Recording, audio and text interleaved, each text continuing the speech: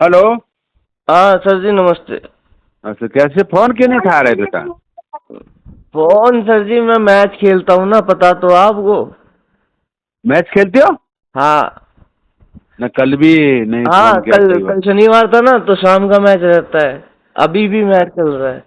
चलो बताइए। ठीक है। पैसा आ गया? पैसा? हाँ, पैसा आ गया। तो कब मिलोगे? बताइए आप कब मिलना है। आज आ जाओ, बता दो जरा। आज तो अभी निकाला नहीं है ना मौसा जी। वो भाई बहुत परेशान उठाई है मैंने। अरे वो ठीक है, पर अभी निकाला नहीं है ना पैसा। पैसा अच्छा निकालने में चल। भी टाइम लगेगा ना, एटीएम से तो इतने निकलेंगे नहीं, मम्मी को लेकर जाना चल पड़ेगा ठीक बैंक में। ठीक है ठीक है ठीक है, चल तो कल परसों कर लेना। हाँ, और चाचा को आप। ठीक। ठीक है, ठीक ठीक है। दोनों को पहुंच गए? अच्छा, हाँ ठीक है, ठीक है। कल मिलते ठीक हैं। है। ओके। कल बता देना, बाहर वो आ जाऊंगा, ठीक है, इधर ही कहीं बार। ठीक है, ठीक ठीक। ठीक है, हाँ तो इधर ऑफिस नहीं आना, दूसरी जगह बता देना, हाँ, शाम को बता देना, शाम को मिल लेना। मैं थोड़ा सा लेट सेट ही आऊँगा ना, वो हाँ तो पेट्रोल पुराना। शाम को मिल लेना मेरे को, 5-6 बजे 7 बजे, ठीक है। इतना लेट? इतना लेट? अरे अरे मैं ऑफिस से आ जाऊंगा, ऑफिस से आप बता देना, फोन कर लूंगा 5 बजे के बाद। 5 बजे के बाद? चलो ठीक है। हाँ? आप बता देना, आप अपना टाइम, ठीक है, कोई हाँ, नहीं, मैं मैं बता। टाइम बता दूंगा। चल ठीक है। ठीक है, ठीक ठीक ठीक। और भी पैसा बाकी है, और भी फाइल चलानी है, ठीक है। ठीक है, ठीक ठीक ठीक। चल ठीक है। हेलो। हाँ जी। अरे सर, मैं यूं कह रहा था कि बैंक में जो है वो मम्मी का लगता अंगूठा, तो 50,000 से वो ऊपर अरे देंगे। भैया फोन में बात मत करो, ठीक है। अरे तो कुछ तो समाधान करो ना फिर मेरा। मैं बता दूंगा, आप मिल लेना मेरे को कल। मिल लेना। आप आज मिल लेना मेरे को, हाँ मिलता मिल लेना। अरे आज तो मैं हुई नहीं ना यहाँ पे, मैं यूं कह रहा था थोड़े से कम कर लो, 10% आपने बोली थी तो कम कर लो थोड़े से। यार ये बात है ना, ठीक नहीं रहता फोन पर, ठीक है। फोन हाँ पे क्या मिलो हो मेरे। गया? नहीं नहीं यार। तो आप ठीक है। बताओ तो सही, मेरा तो समाधान करो। अरे आप आ जाना, मिल लेना मेरे से। नमस्कार, जय हिंद। आप देख रहे हैं दिल्ली क्राइम मोर्चा। दर्शकों, आपने अक्सर इन दिनों एक खबरें सुन रहे होंगे कि दिल्ली के अंदर दिल्ली पुलिस और तमाम सिविक एजेंसियों के कर्मचारी इन दिनों भ्रष्टाचार के आरोप में लगातार गिरफ्तार हो रहे हैं। मैं जो आपको खबर बताने जा रहा हूं वो दिल्ली एमसीडी से जुड़ी हुई है, क्योंकि दिल्ली का हर एक नागरिक दिल्ली एमसीडी से प्रभावित होता है। और दिल्ली एमसीडी के अंदर किस तरह के लोग काम करते हैं, किस तरह के कर्मचारी काम करते हैं, इससे पहले भी हम आपको लगातार भ्रष्टाचार के तमाम मामले दिखा चुके हैं। परंतु आज एक दिल्ली एमसीडी से एक ऐसी खबर सामने आई है जिससे लाखों कर्मचारी भी प्रभावित होते थे, और जो लोग एमसीडी के अंदर किसी भी काम को लेकर जाते थे उनको पर फाइल जो है उनको कुछ ना कुछ चार्ज भी देना होता है। अक्सर इस तरह की खबरें निकल कर आती हैं। अब कल सीबीआई ने जो है एक एलडीसी कर्मचारी को दिल्ली एमसीडी में वो तैनात था नजफगढ़ जोन में, उसको गिरफ्तार किया है। उसके ऊपर आरोप ये थे कि वो कर्मचारियों के जो ग्रेजुएटी फंड होते हैं उसको निकालने के एवज में वो उनसे रिश्वत मांगता था, उनसे कमीशन मांगता था, पर फाइल उनसे पैसे लिया करता था। इस तरह के गंभीर आरोप जो हैं उस पर लगे हैं। और सबसे चौंकाने वाली बात दर्शकों इसमें यह है कि दिल्ली एमसीडी को ये शख्स, अकेला शख्स जो है शर्मसार कर रहा है, और कहीं ना कहीं इंडियन आर्मी को भी शर्मसार कर रहा है, क्योंकि ये फौज से रिटायर व्यक्ति है और इसको दिल्ली एमसीडी में नियुक्ति मिली। उसके बाद एलडीसी के पद पर जो है ये तैनात हुआ 2012 से। बताया जा रहा है कि 2012 से ये तैनात था। अब 2025 में जाकर इसको जो है सीबीआई ने गिरफ्तार किया है। हमारे साथ अभी एक शख्स मौजूद हैं जिन्होंने इस पूरी कंप्लेन की थी, क्योंकि इनके साथ इस पूरी वारदात को अंजाम दिया गया, इनके साथ ये घटना घटित हुई है। और ये खबर इसलिए भी ज्यादा महत्वपूर्ण है कि जितने भी कर्मचारी हैं एमसीडी को, उनको भी ये खबर देखनी चाहिए कि आपको किसी के नीचे दबना नहीं है। आपको अगर आपके साथ कुछ अन्याय हो रहा है तो उसके खिलाफ आवाज उठाइए। क्या नाम है आपका सर? सर मेरा नाम गौरव चंदेलिया है। गौरव चंदेलिया। क्या किस पद पर तैनात हैं एमसीडी के अंदर? आप कर्मचारी हैं या नहीं? हाँ, मैं कर्मचारी हूँ। मैं सीजी पोस्ट डेली वेजेस कर्मचारी हूँ। अपने पापा की जगह डेथ केस पे लगा हुआ हूँ, वार्ड 119 में। अच्छा, पक्के में है या कच्चे में? मैं कच्चे में हूँ, डेली वेजेस। कच्चे में है जी तो ये जो आपने अभी मामला जो हुआ है, एलडीसी को जो पकड़ा है, जी क्या पूरा प्रकरण है, क्या पूरा मामला है ये? जी, प्रकरण ये है कि मेरी दादी का पैसा था, तो रिटायरमेंट के बाद जो पैसा था, मेरी दादी एक्सपायर कर गई 1 हफ्ते के बाद ही। दादी के बाद पैसा जो है वो मेरे पापा के खाते में आना था। पापा भी एक्सपायर कर गए, पहले ही कर रखे थे पापा भी एक्सपायर। तो अब नॉमिनी में 2 लोग बचते हैं, एक मेरा चाचा और एक मेरी मम्मी, लीगल हायर जो बनते हैं हमारी एनओसी के साथ। तो इससे संपर्क में आए। इन्होंने बोला कि चलो ठीक है, तुम्हारी फाइल चला रहा हूँ। ये कहाँ पर तैनात था, कैसे संपर्क में आया? जी, मैं कुछ काम से नजफगढ़ जोन में गया था, तो इनको मैं दिख गया। मैं अपने जो मेरी जॉब की एप्लीकेशन थी उसकी रिगार्डिंग मैं जाता रहता था उधर, तो इनको मैं दिख गया कि ये उनके रिलेटिव है, तो इनसे बात करी जाए। तो इन्होंने बोला कि तुम्हारी दादी का पैसा है, इतना इतना बन रहा है, कि 8 लाख समथिंग कुछ बन रहा है तुम्हारा पैसा। और मैं ये किस चीज़ का पैसा था? Gratuity fund? हाँ, ये ग्रेजुएटी। ग्रेजुएटी फंड का पैसा था। और इन्होंने, इनकी स्टेटमेंट थी कि देखो, पैसा मैं निकलवा दूंगा तुम्हारा, वकील तुमसे लेगा 30%, मैं तुम्हारा 10% में काम करा दूंगा। मगर सर जी, गरीब आदमी हूँ, अभी तो मेरे पास कुछ भी नहीं है, ना सर पे दादी है ना पापा है, आप पैसा निकलवा दो, आपको मैं दे दूंगा पैसे। कह रहा ठीक है। तो इस कारणवश इसने फाइल इतनी लटका दी, 4 साल मेरी चप्पल घिसवा दी। 4 साल तक मतलब इसने पैसे निकालने नहीं दिए? हाँ, ये फाइल भेजे, फाइल से ऑब्जेक्शन लग के आ जाए, इसको काम भी पता नहीं कैसा करके दे रहा था, ये बार बार ऑब्जेक्शन लग रहा था। ठीक है, जब एंड में पैसा आ गया तो इसने मेरे पास इतने फ़ोन कर दिए, हद नहीं जिसकी। तो आपने मतलब हामी भरी थी इसलिए फ़ोन कर रहा था बार बार ये?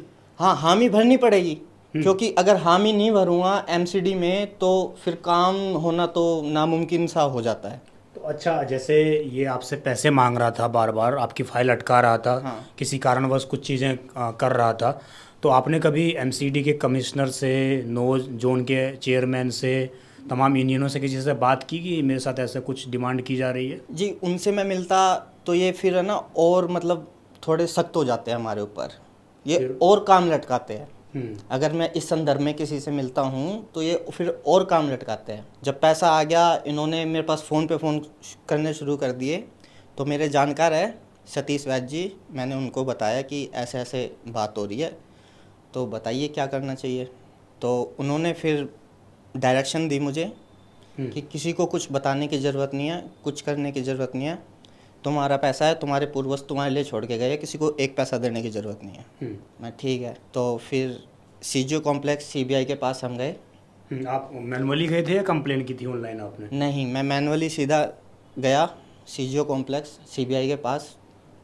तो उनकी एंटी करप्शन विंग में हमारा हुआ जो भी था, उन्होंने कंप्लेंट रजिस्टर की। फिर टीम के साथ हम रवाना हो गए नजफगढ़ की तरफ, जहां उन्होंने बोला था मिलने के लिए, हमारी जहाँ मीटिंग फिक्स थी। अच्छा, उनका नाम क्या है वैसे? उनका नाम है डालचंद्र। डालचंद्र। तो ये 2012 से तैनात थे जी। उन्होंने आपको मिलने के लिए बुलाया? जी, उन्होंने मिलने के लिए बुलाया। मेरे पे रिकॉर्डिंग है, वो कह रहे थे कि ऑफिस में नहीं मिलूंगा मैं, कहीं बाहर मिल लेना। हाँ, मैं ठीक है सर जी, जैसा आपको ठीक लगे आप वैसा कर लो। तो नजफगढ़ में साईं बाबा मंदिर है, उसके सामने वाले रोड पे उन्होंने मुझे मीटअप के लिए बुलाया। तो उन्होंने पूरा खोल के बता दिया कि देखो, 8 लाख तुम्हारी मम्मी के खाते में गए हैं और 8 लाख तुम्हारे चाचा के खाते में गए हैं, तो तुम्हारा 10% के हिसाब से 1,60,000 बनता है। तुम देख लो क्या करोगे। सर जी थोड़ा कर लो, गुंजाइश कम है, 5% पे बात कर लो। कह रहा नहीं भाई, 5% पे नहीं हो पाएगा, 5% पे हो ही नहीं पाएगा, उसने ये बोल दिया। मैं चलो ठीक है सर जी, नहीं हो पाएगा तो बताओ आप कितने चाहिए आपको। कह रहे ठीक है यार, तुम मेरे को ना अपनी साइड से 50 दे जाइयो।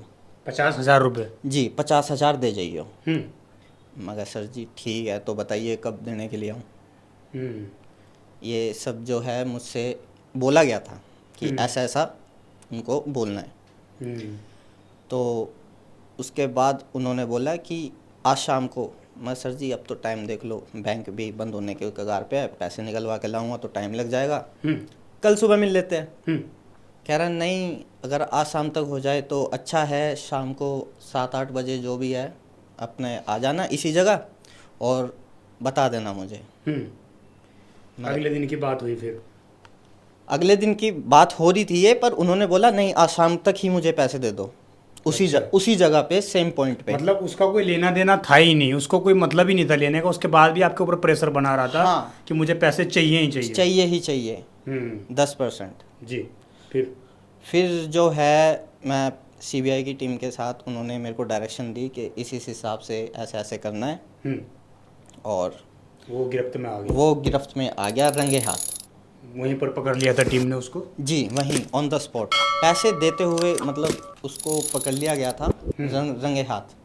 तो अभी मतलब उसको गिरफ्तार कर लिया है पूरी तरीके से उसको वहाँ पे। जी पूरी तरह से वो गिरफ्तार है। जी।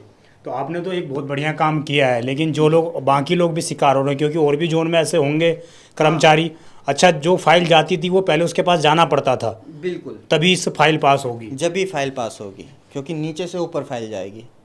और नीचे वाला ही पास नहीं कर रहा है। नीचे वाला ही पास नहीं, नीचे वाला ऊपर भेजेगा ही नहीं, तो फिर फाइल का होगा क्या? वो पड़ी रहेगी, दबी रहेगी, धूल खाएगी फाइल, इससे ज़्यादा क्या होगा? अच्छा, आपके साथ ऐसे और भी मामले सामने आए हैं क्या? और भी लोग परेशान होंगे इस तरीके से चीज़ें? हाँ, इससे तो बहुत लोग परेशान थे। मैं कभी भी जोन में जाता था किसी भी काम से, तो ये सीधे मुंह बात भी नहीं करता था किसी से। ऐसे चिल्लाना, मतलब एक थोड़ा सा कर्मचारियों को सम्मान नहीं करना, सम्मान नहीं करना, इस तरह की बिहेविंग थी उसकी। हाँ कुछ इस तरह की बिहेविंग थी। और ये कुछ भी इससे काम था, ये अपना कमीशन ज़रूर मांगता ही मांगता था, हर एक काम के लिए। हर एक काम के लिए, छोटे से छोटा बड़े से बड़ा। चाहे इसके बस में वो इजी काम था, पर फिर भी उसके लिए बोलता था कि देखो मैंने तुम्हारे लिए कितनी मेहनत करी है। तो ये स्थिति थी दर्शकों। और एक छोटे से काम के लिए भी एमसीडी के अंदर इस तरीके से अगर भ्रष्टाचार को बढ़ावा दिया जाएगा तो निश्चित रूप से ये एक सवाल खड़ा करता है कि कैसे हमारे सिस्टम कैसा काम कर रहा है। हम बाहर से तो एमसीडी के ऊपर आरोप लगा देते हैं कि एमसीडी भ्रष्ट है, परंतु अंदरूनी जो कुछ ऐसे लोग हैं ना, जो हर एक काम के लिए, जैसा कि इन्होंने बताया कि हर एक काम के लिए वो जो है वसूली किया करता था। और निश्चित रूप से इसको सीबीआई की टीम ने जो है गिरफ्तार किया, इन्होंने उसकी कंप्लेन की थी। उसके बाद इस पूरी वारदात का जो है, इस पूरे केस का खुलासा किया गया। अब देखना ये होगा कि इस खबर के आने के बाद, मैं इस खबर को बनाने से पहले भी आपको बताया और अभी भी मैं आपको बता रहा हूँ कि अगर आपके साथ भी इस तरह की कोई घटना घटित होती है, कोई बार बार आपको परेशान कर रहा है, हर चीज़ के लिए परेशान कर रहा है, तो आप हिम्मत से काम लीजिए। और सीबीआई, इसके अलावा दिल्ली पुलिस और तमाम ऐसी सिविक एजेंसियों के खिलाफ टीम बनी हुई है, वहाँ पर कंप्लेन जरूर करिए। उनके खिलाफ आज नहीं तो कल जो कार्रवाई है वो जरूर होगी। हालांकि इन चीज़ों को थोड़ा समय लगता है, आपको भी मानसिक रूप से प्रताड़ना झेलनी पड़ सकती है, परंतु आपको न्याय जरूर मिलेगा। और ऐसे भ्रष्टाचारियों का खुलासा करना लगातार दिल्ली क्राइम मोर्चा पर जारी है। और अगर आपके साथ भी इस तरह का कोई हादसा हुआ है, किसी तरह की कभी कोई घटना घटित हुई हो, तो आप हमारे दिए गए कॉन्टैक्ट नंबर पर संपर्क कर सकते हैं। हम आपकी सहायता करने का प्रयास करेंगे। आप देखते रहें दिल्ली क्राइम मोर्चा। मैं विजय ठाकुर, धन्यवाद।